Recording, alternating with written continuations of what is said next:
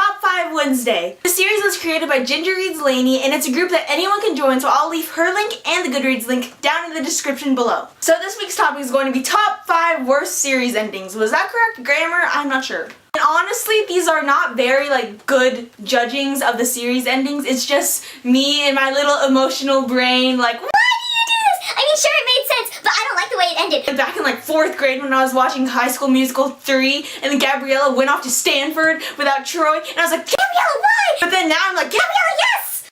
who needs a man? So anyways, on to the video. For number 5, I'm going to have the Harry Potter series by J.K. Rowling. And honestly, I thought the series was amazing, but then in the last book, don't even get me started on Harry's children's names. So Harry hated Snape from what? Book 1 to half of book 7, and then suddenly Snape has a child named after him. But then there's Hagrid, who's been taking care of Harry since he was a child, and you know what he gets? Nothing. He gets nothing.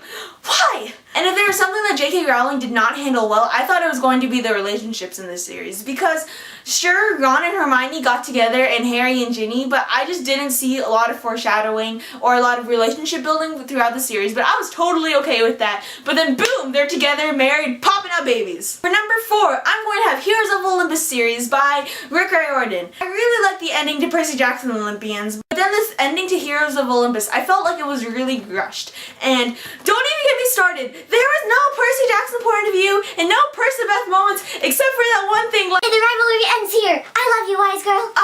My heart just flew out the window. And it took what? Percy and the gang 2.5 books to get across the Pacific Ocean into Rome or Greece or wherever they were going, and then literally it took Zeus one flick of his finger to bring them back to America. And the battles were what, half a page long? I'm sorry, Rick Riordan, you are forever going to be one of my favorite authors, but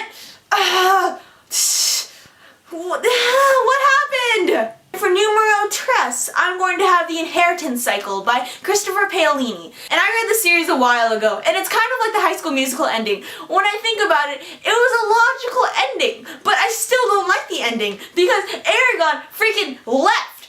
Why? I mean, okay, I know why, but I'm not happy that Aragon left to train dragons. But he could have stayed and trained dragons, but apparently there's going to be a book 5 or something like that. I hope he doesn't drag on the series, kind of like what Rick Riordan did, but I'm probably going to read it. I think Inheritance was the first bad ending that I experienced, and I was just not ready. And I wasn't spoiled or anything, so I was just, what is this? For numero peace sign. I made my own music. I belong in the 1980s. I'm going to have to say the Selection series, and it was just bothering me so much that I didn't even bother to finish the book, which I probably should have. And I knew since the end of the Selection, when Aspen came back in and America didn't accept Max's his declaration of love, kinda. It wasn't really a declaration of love. Whatever. That there was gonna be a love triangle, and me, love triangles, love triangles. The Elite was literally full of America just female dogging about all this choosing between two guys, and sure she loved one guy and then she wasn't sure if she loved the other guy, but then when she finally says, okay Maxon, take me! That is from my school play that was about prostitutes, and now the song is just in my head and they just scream, take me! What was I talking about? Well yeah, and then Maxon's finally found a girl and America's all like, what? America, that is all your fault! I will punch you in the face!